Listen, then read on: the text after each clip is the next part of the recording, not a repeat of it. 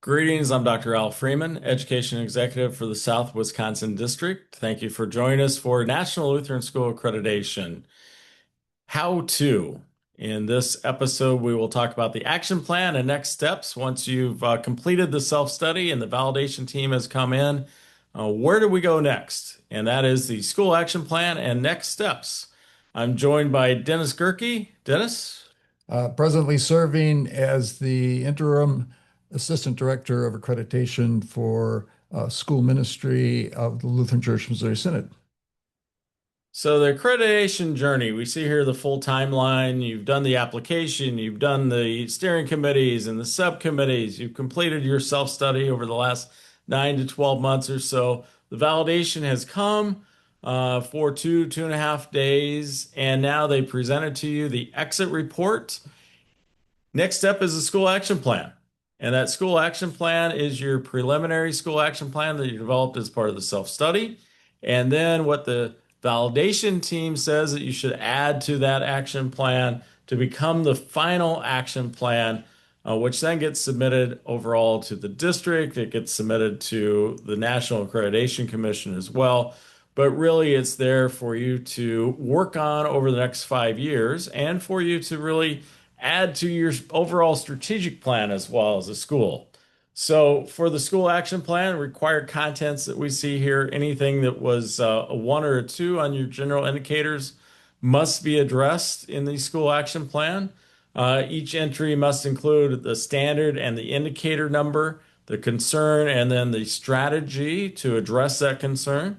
A responsible party that's going to oversee that implementation also should have a target school year and then a completed time and the action that was taken if you have completed it and do have that action.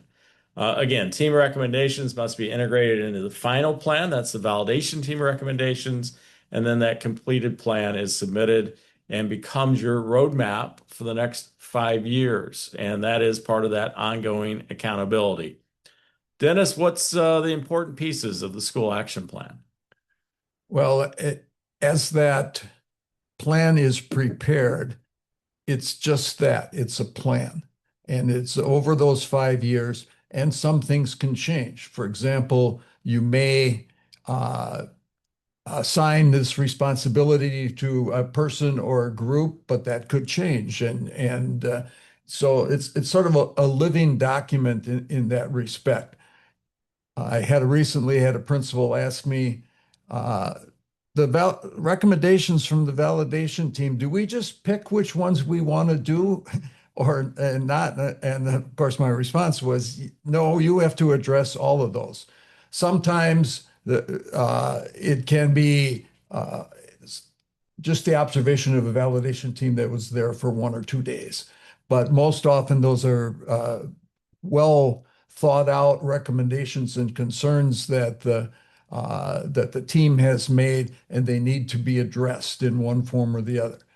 And when the district commission looks at those forms each year, they're looking to see that progress has been made. And just putting the words in process does not help. They want to look for specific actions that have taken place to meet the concerns and recommendations and what strategies were used to do that. Yeah, while you're updating that every year on the cumulative annual report that goes to the district, and then the National Accreditation Commission recognizes districts collecting this and staying up to date on the progress of these. I always say that's the accountability to the district and nationally to accreditation. But in reality, as a school, this is something that's helping me grow and develop. And I should be really concentrated on, hey, this is what we pointed out. This is what the validation team has pointed out. So for us to really move forward and to grow in the areas that we should be growing, it should just be important to me first and foremost as a school. So if I'm just putting in progress or something like that, am I really developing as I'm called to be a school of excellence? So that's that ongoing accountability, first and foremost to you as a school, and then to the other layers that are necessary for accreditation as well. A frequent mistake administrators make is after the team visit is there, and they're now assigning who's going to do this and when.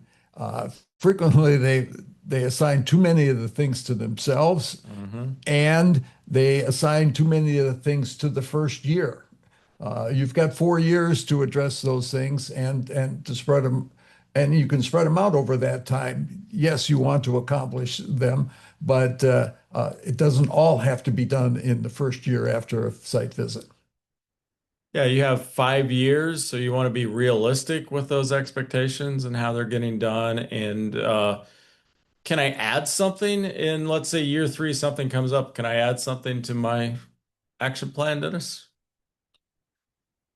It's a fluid document, and adding things or uh, conditions that may have changed to cause you to modify or change those things. You're just going to want to document those things and so that the district commission can see that you're making progress during that school year. It's kind of like surveys, I always say. You can add questions to those, but you can't take things away. Same thing with school action plan. That school action plan, that's the final action plan. You have to work on all those items and you're accountable to those. If I want to add something to it as a school, I certainly can because that's helping me grow as a school and something else I've identified. So I always say certainly add it because that'll help you grow, but you can't take something else away.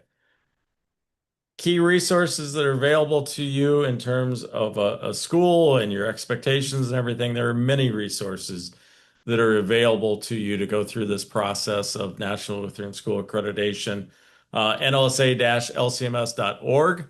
There's online training there. There's Jetpack training on there as well, as everything will be done now in terms of a self-study in Jetpack. There's the NLSA help desk that's out there. There's administrator manuals, consultant manuals, validation team helps and guides as well. And of course, the South Wisconsin District has all kinds of accreditation resources for you as well. Any thoughts on the overall accreditation process? Any helps, words of wisdom, or anything else for our schools, Dennis? Just the fact that the vast majority of our schools are now doing Protocol G and they're doing it on Jetpack. And if you're coming up, we've had 2 years now of Jetpack schools coming through. And uh, the second year was much better the first because people are getting used to it and they're getting the right advice and they're moving forward and they're finding that uploading those things into Jetpack is not as ominous a job as they originally thought. And it's working. And Jetpack has also made it very easy, much easier for the validation team to put their information in and to be able to kick out a report that's beneficial to schools.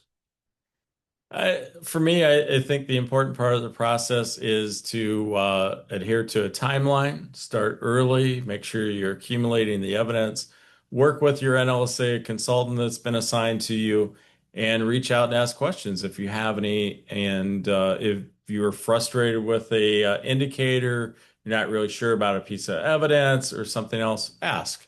There's a multitude of resources and individuals that are designed to help you and guide you as well.